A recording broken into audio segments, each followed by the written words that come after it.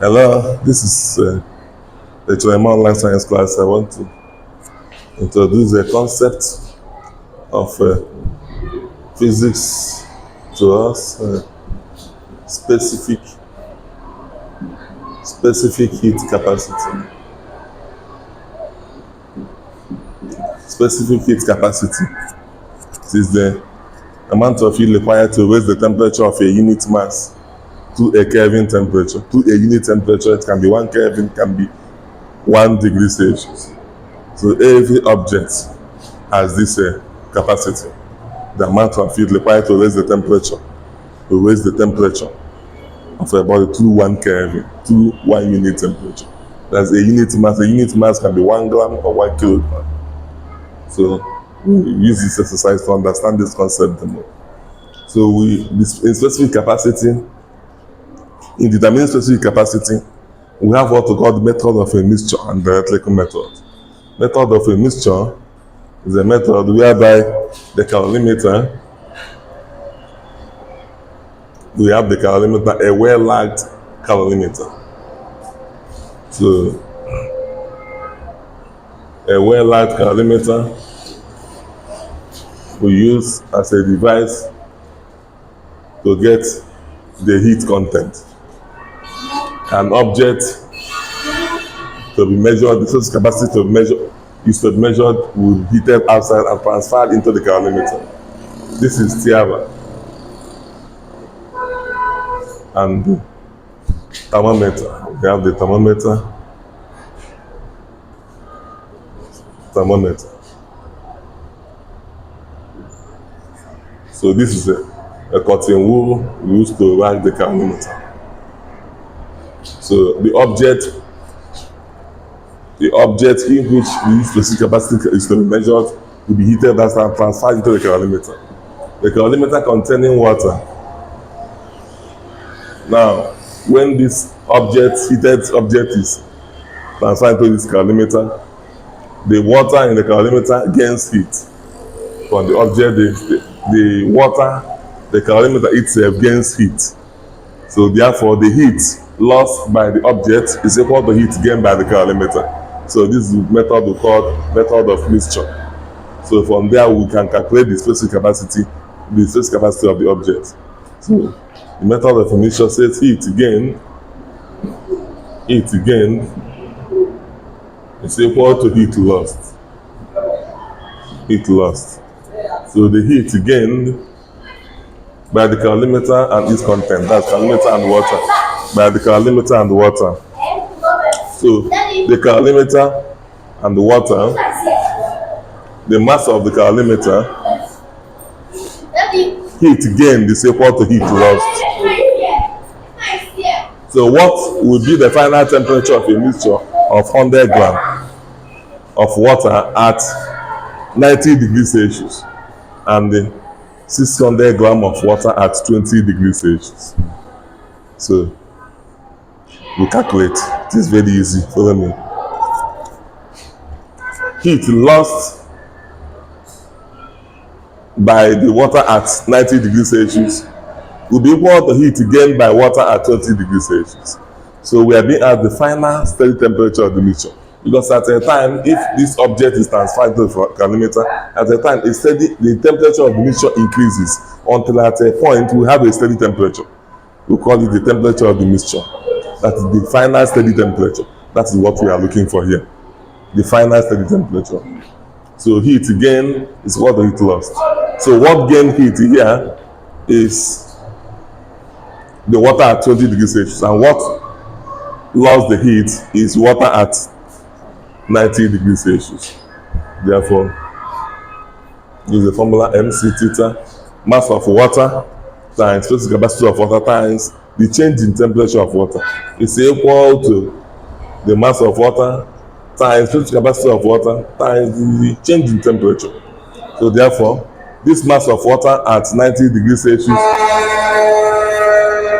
the one that gained the heat is the water at 20 degrees Celsius. So and the mass of water at 20 degrees Celsius is 600 grams. Converting to kilogram, we have 600 over 1000 times specific capacity of water times the change in temperature. The change in temperature should be final temperature minus the initial temperature.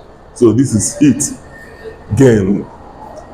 This is heat gain by water at 20 degrees Celsius, which is equal to heat lost by water at 90 degrees Celsius, which is mc theta. Mass of water at 90 degrees Celsius is 100 gram all over 1000, converting to kilogram, times specific capacity of water times the change in temperature, which is the 90 minus theta. So this is what we have. Cancelling, we have 0.6 times specific capacity of water times the change in temperature, which is theta minus 20, which is equal to, we'll be having 0.1 times C times 90 minus theta. Now, if we're having a 0.6 times theta minus 20 all over C,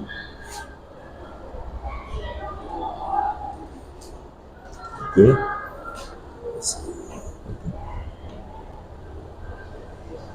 times C equal to 0.1 times C. So let us multiply out here. If we multiply out, we have C times okay, let us multiply here. 0.6 C times theta minus 20, and here we have 0, which is equal to 0.1 C. 0.6 times C, you have 0.6 C. 0.1 times C, you have 0.1 C. We have 90 minus theta. So here we'll be having 0.6 C all over 0.1 C will be equal to 90 minus theta all over theta minus 20.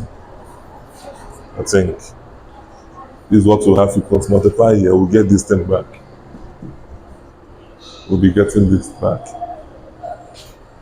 So C will cancel C. We'll be having 0.6 over 0.1 equal to 90 minus theta all over theta minus 20. If we cross multiply, we'll have we have 0.1 times 90, we have 9. That's 0.1 bracket 90 minus theta equal to 0.6 bracket theta minus 20. So we're having 0.1 times 90, we have 9 minus 0.1 theta equal to 0.6 times theta minus 0.6 times 20. We'll have 12. We'll have 12.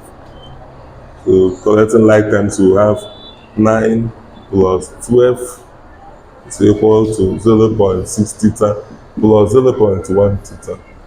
9 plus 12 will be having 21 equal to 0.6 theta plus 0.1 theta, we have 0.7 theta. So therefore theta, which is the final steady temperature, will be equal to 21 over 0.7. 21 divide 0.7, we'll be having 30 as the final steady temperature. Final steady temperature, 30 degrees Celsius. So this is the final steady temperature above the initial temperature of the water at 20 degrees Celsius. So this is the final steady temperature. So you can see how easy it is. So thank you so much. Thank you so much. Please, if you find this piece of work interesting, do not forget to give us a phone. Thank you so much.